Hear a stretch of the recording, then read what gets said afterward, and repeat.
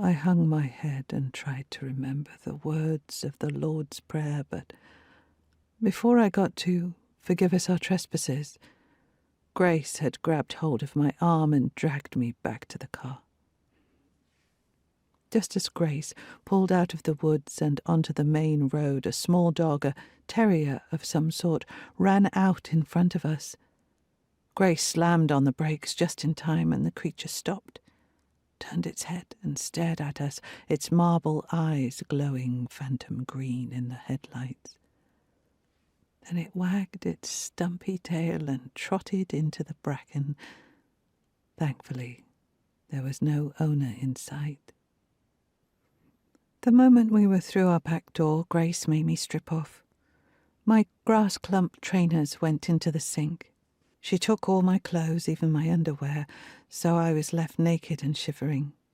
I made a dash past Tom, who was out cold on the sofa, and went upstairs into the shower.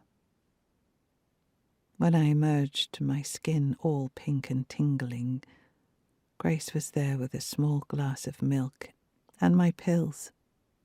My heart fluttered. I had been worried she wasn't going to let me have them.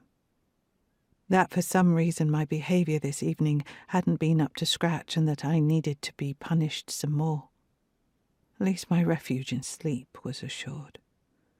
Grace had changed her clothes but not yet showered.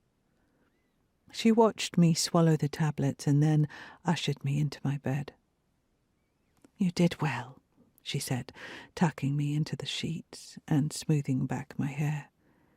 "Daddy would have been proud of us." I wasn't convinced. I can't really remember Daddy at all. But I'm sure no father would be proud of their kids committing murder and chucking the body into a lake. She stroked my forehead with the back of her hand. "Do you think he would have forgiven me by now?" She sighed. "Maybe. You were young, but..." Here it was again. The familiar ache of wrongdoing spread across my stomach, tying itself into knots as it coiled its way around my body. I closed my eyes.